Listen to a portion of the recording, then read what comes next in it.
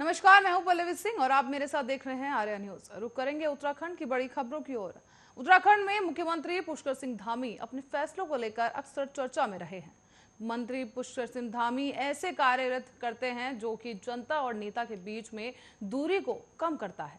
अभी कुछ दिन पहले ही जनता दरबार के दौरान एक विकलांग के पास मुख्यमंत्री खुद गए थे और उन्होंने उस विकलांग की समस्या सुनी थी। और अब मुख्यमंत्री पुष्कर सिंह धामी ने जनता के सरोकार से जुड़ा हुआ एक और फैसला लिया है। मुख्यमंत्री ने पुलिस महानिदेशक अशोक कुमार को निर्देश दिया है कि उनके फ्लीट के समय ट्रैफिक को ज्यादा देर तक न रोका जाए और अन्य जिलों के पुलिस अधीक्षकों को भी आदेशित करें कि वो अव्यवस्था को सुनिश्चित करें। और आमतौर पर यह देखा जाता रहा है कि मुख्यमंत्री के फ्लीट के समय पर काफी देर तक ट्रैफिक व्यवस्था को रोक दिया जाता है। मुख्यमंत्री की फ्लीट निकल जाने तक ट्रैफिक व्यवस्था को जाम किया जाता है और जमीन से जुड़ा नेता ही जनता के जाम में फंसे होने की परेशानी को समझ सकता है। इसलिए मुख्यमंत्री द्वारा ये निर्देश दिए गए।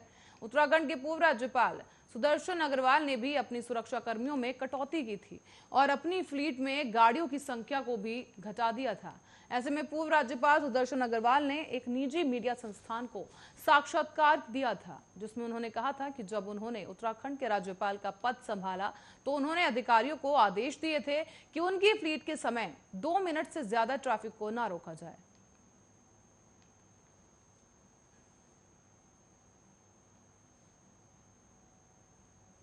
पहले से ही कहा जा रहा था कि तीसरी बार उत्तराखंड के दौरे पर आ रहे आम आदमी पार्टी के राष्ट्रीय संयोजक और दिल्ली के मुख्यमंत्री अरविंद केजरीवाल बेरोजगारी के मुद्दे पर प्रहार कर सकते हैं और ऐसा ही हुआ है।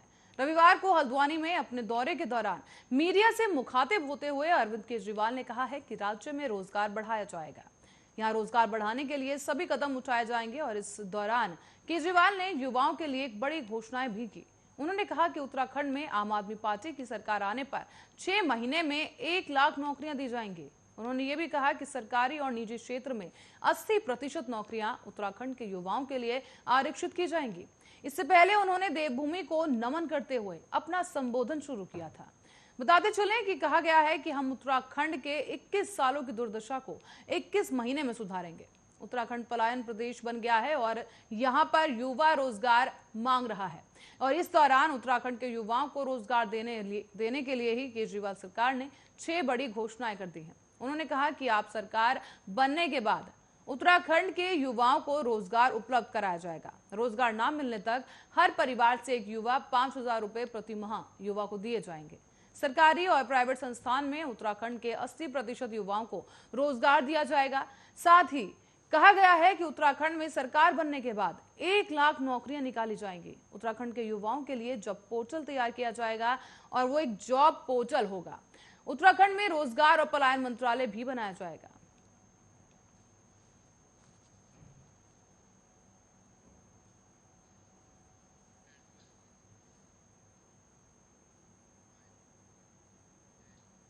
शहर में बढ़ती नाशाखोरी और चोरी की घटनाएं, बतरतीब खड़े वाहनों से लगता हुआ जाम और बिना सत्यापन के शहर में कारोबार कर रहे बाहरी लोगों का मुद्दा अब गरमाने लगा है। ऐसे में एसएसपी ने शनिवार को पुलिस लाइन में आयोजित थाना दिवस में सीओ को 1 सप्ताह का सत्यापन अभियान चलाकर रिपोर्ट पेश करने के निर्देश दिए। एसएसपी ने सीओ से कहा है कि अनाधिकृत पर्यटन गाइडों और टैक्सी चालकों की पहचान के लिए 1 सप्ताह में टैक्सी और पर्यटन गड्ढों का सत्यापन करें और रिपोर्ट दें। उन्होंने ये भी निर्देश दिए कि महिला सुरक्षा को लेकर भीड़ भाड़ वाले क्षेत्रों में सादे वस्त्रों में महिला पुलिसकर्मी तैनात की जाएं। नशे की रोकथाम को एनसीसी कैडेट्स के साथ मिलकर जागरूकता अभियान चलाया जाए। अनाधिकृत रूप से पार्क और संचालित वाहन चालकों के खिलाफ सख्त कार्रवाई की जाए। बैठक में एसएसपी ने साइबर क्राइम से बचाव और नशे की रोकथाम के लिए हेल्पलाइन नंबर भी जारी किया है। बताया गया है कि थानों में सीनियर सिटीजन सेल और अल्पसंख्यक सेल स्थापित किया जाएगा। यातायात नियंत्रण के लिए ट्रैफिक आई, जन शिकायतों के लिए पब्लिक आई और महिला विरोधी और महिला अपराधों की जानकारी देने के लिए गौरव शक्ति आई ऐप का उपयोग करने की अपील की।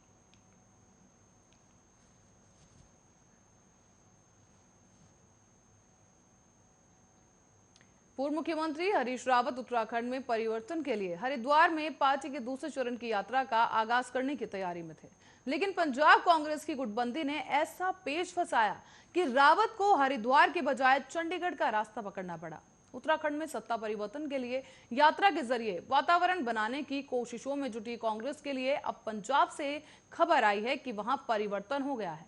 मुख्यमंत्री कैप्टन अमरिंदर सिंह की कुर्सी खिसक गई है। पंजाब कांग्रेस के प्रभारी हरीश रावत अब नए नेतृत्व की माथापच्ची से जूझ रहे हैं।